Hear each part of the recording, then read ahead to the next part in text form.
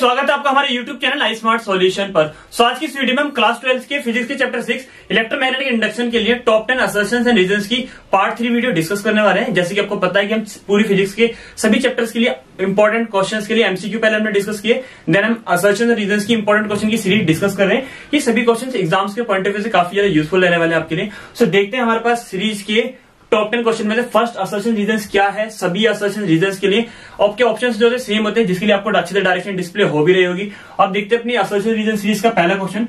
First की हमारे पास assertion में क्या बोला गया है, देखो फर्स्ट के असर्शन में हमारे पास यह गिवन है, self inductance is called the energy of electricity. ऐसा है, बिल्कुल है क्या कि सेल्फ इंडक्टेंस में जो हमारे पास बोल सकते हैं, जो सेल्फ इंडक्टेंस से क्या कहलाता है, वो एनर्जी ऑफ इलेक्ट्रिसिटी कहलाता है। क्यों कहलाता है? जैसे कि करंट का होता है, जैसे करंट हाई होगा रेजिस्टेंस बोल सकते हैं स्लो होगा। जैसे इनर्जी आपने सुना है ना, किसी मास पे डिपेंड करता है, इसी हमारे पास यहाँ पर सेल्फ इंडक्टेंस में करंट पे डिपेंड करता है हमारे पास फ्लक्स पर।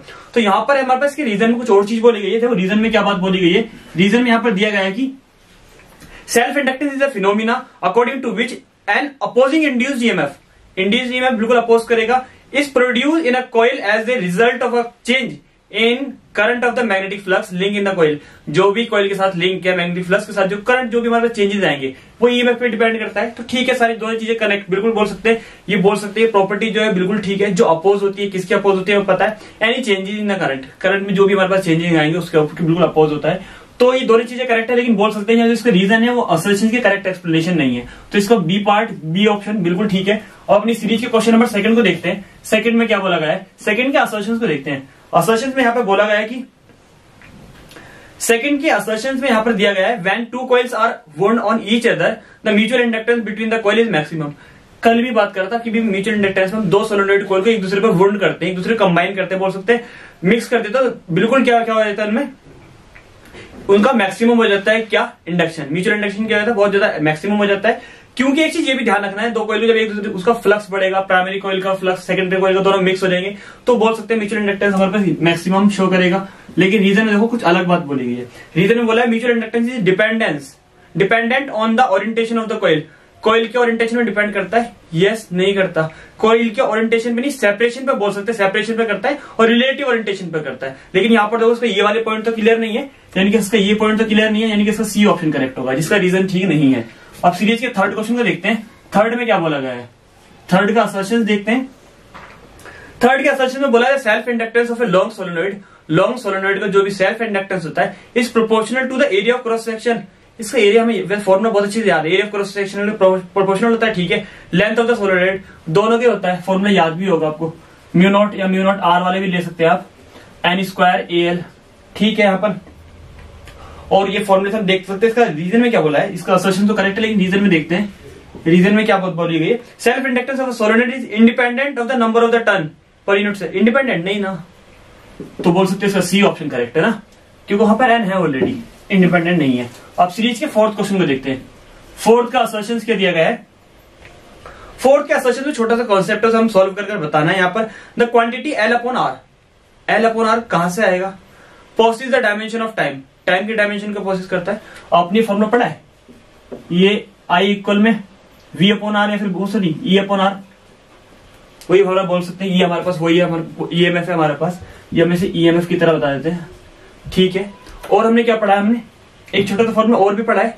क्या हमने एल वाला फॉर्मूला पढ़ा है, यस और नो। ई का फॉर्मूला क्या होता था,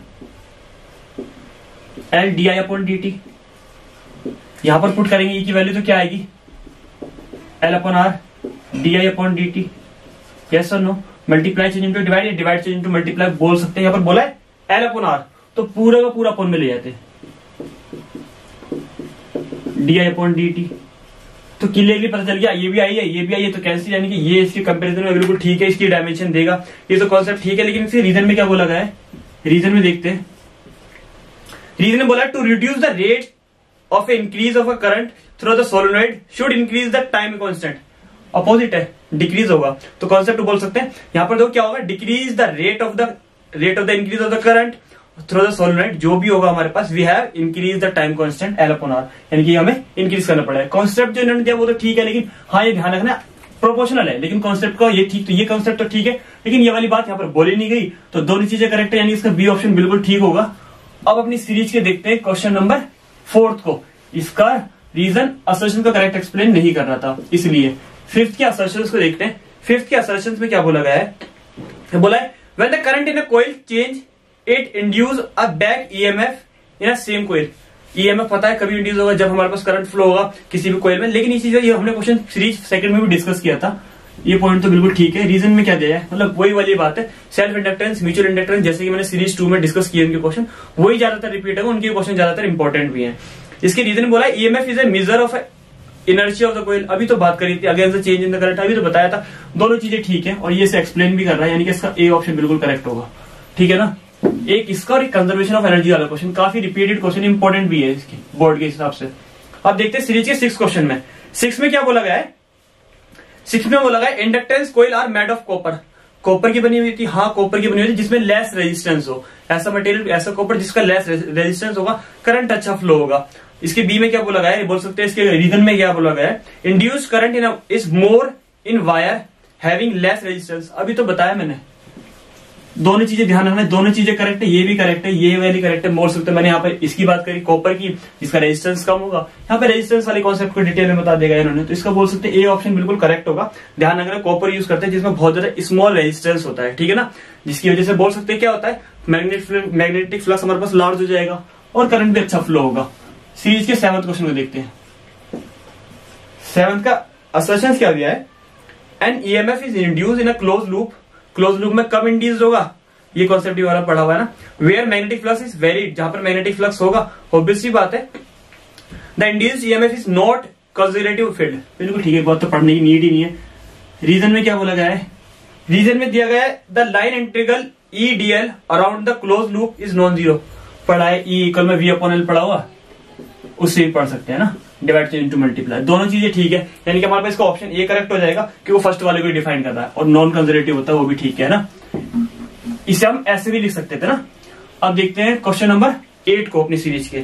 8 में क्या बोला गया है, तो 8 में क्या बोला गया है, if current is flowing through the machine of iron eddy current is produce. मैंने कल भी बात बताई थी सॉरी फर्स्ट सीरीज में कि एडी करंट इस केस में प्रोड्यूस होता है जब भी हमारे पास बोल सकते हैं करंट किसी भी मशीन से, आयरन वाली मशीन से फ्लो होगा तो ऑब्वियसली बात है एडी करंट प्रोड्यूस होने वाला है। लेकिन इसी कॉन्सेप्ट तो रीजन में ही बोला गया कि इसी कॉन्सेप्ट को डिफाइन करा गया रीजन में, change in magnetic flux, magnetic flux में जो भी चेंजेस आएंगे through an area cause eddy current. Eddy current को हमारे पास कॉज करेगा, बिल्कुल एडी करंट की वजह से चेंजेस होते हैं। तो दोनों चीजें करेक्ट है, इसका हमारे पास फर्स्ट ऑप्शन बिल्कुल ठीक होगा क्योंकि दोनों चीजें करेक्ट है और रीजन एक्सप्लेन कर रहा है असर्शंस को, इसलिए भी। सीरीज के 9 क्वेश्चन में देखते हैं, सेकंड लास्ट हमारे पास क्वेश्चन है सीरीज का। 9 क्वेश्चन में क्या बोला गया है, the bar magnet falling vertically along the axis of the horizontal coil. Bar magnet को कुछ इस तरीके से बना ले, एक थोड़ा सा किसी लूप में से ऐसे करके कॉइल को थ्रू करा जा रहा है, ये बार मैग्नेट है ना। हमने बोला है bar magnet falling vertically along the axis of the horizontal coil with having the acceleration less than e. ये तो ठीक है, ये तो हमने पढ़ा भी पीछे भी, थ्योरी में भी काफी बार डिटेल वीडियो में पढ़ा है। तो हमारे पास इन्होंने बोला है कि जो इसका एक्सीलरेशन होगा क्या होगा, लेस देन जी होगा। ध्यान रखना है जो एक्सीलरेशन होगा ऑलवेज ग्रेटर होता है किसका, ये होता है ये, ठीक है। और उन्होंने क्या बोल दिया, लेकिन इसके रीजन देखो, clockwise current is induce in the coil, बिल्कुल अपोजिट होगा, एंटी क्लॉकवाइज होगा। जब भी हॉरिजॉन्टली जो कॉइल है हमारे पास हॉरिजॉन्टली मूव होगी, यहाँ पर आएगी, तो बोल सकते हैं जो कॉइल हॉरिजॉन्टली इसमें जो करंट मूव होने वाला है, इसमें करंट की डायरेक्शन होगी एंटी क्लॉकवाइज होगी, क्लॉकवाइज नहीं होगी। डायरेक्शन देख सकते हैं, राइट हैंड थंब रूल से भी कॉन्सेप्ट को समझ सकते हैं ना, कोई ज्यादा हैवी कॉन्सेप्ट नहीं है। असर्शन ठीक है, रीजन ठीक नहीं है। राइट हैंड थंब रूल आपने पढ़ा होगा ना मैक्सवेल वाला, हाँ वो हमारे पास 10th क्लास में भी था, छोटा सा लूप दिया है तो ठीक है। तो सीरीज के क्वेश्चन नंबर 10 को देखते हैं। 10 का असर्शन क्या है, रीजन क्या है। तो 10th में बोला गया है यहाँ पर असर्शंस में induced EMF will always occur when there is a change in magnetic flux. Common सी बात है, जितनी चैप्टर स्टार्टिंग में भी पढ़ा हो ना, तो कॉमन मैग्नेटिक फ्लक्स क्या है, चेंजेस आएंगे जब भी हमारे पास इंड्यूस्ड ईएमएफ जनरेट होने वाला, अकर होने वाला है।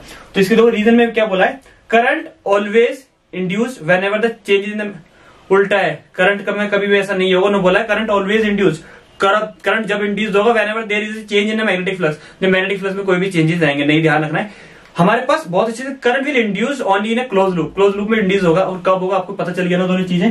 तो ये चीज तो ठीक है, लेकिन ये चीज ठीक नहीं है क्योंकि उन्होंने यहाँ पर कॉन्सेप्ट में मैग्नेटिक फ्लक्स वाला कॉन्सेप्ट बोला है, तो इसका सी ऑप्शन करेक्ट होगा। होप सो टॉप 10 क्वेश्चंस की थर्ड सीरीज ऑफ चैप्टर 6 की थर्ड सीरीज आपको बहुत अच्छे से पसंद आई हो। वीडियो अच्छे लगे तो वीडियो को लाइक जरूर कर दें, चैनल पर नए हो चैनल सब्सक्राइब कर दें, बेल आइकन को प्रेस कर दें। ये सभी चैप्टर्स की जो सीरीज है ये आपकी बोल सकते हैं आपने चैप्टर को अच्छे से पढ़ लिया है, कॉन्सेप्ट को अच्छे से प्रिपेयर कर लिया है, ये आपके रिविजन में बोल सकते हैं कैसे एग्जाम में आपको क्वेश्चन देखने के लिए मिलेंगे, क्विक रिवाइज के लिए आपको बहुत ज्यादा हेल्पफुल रहेंगे। तो तब तक के लिए थैंक्स एंड बाय।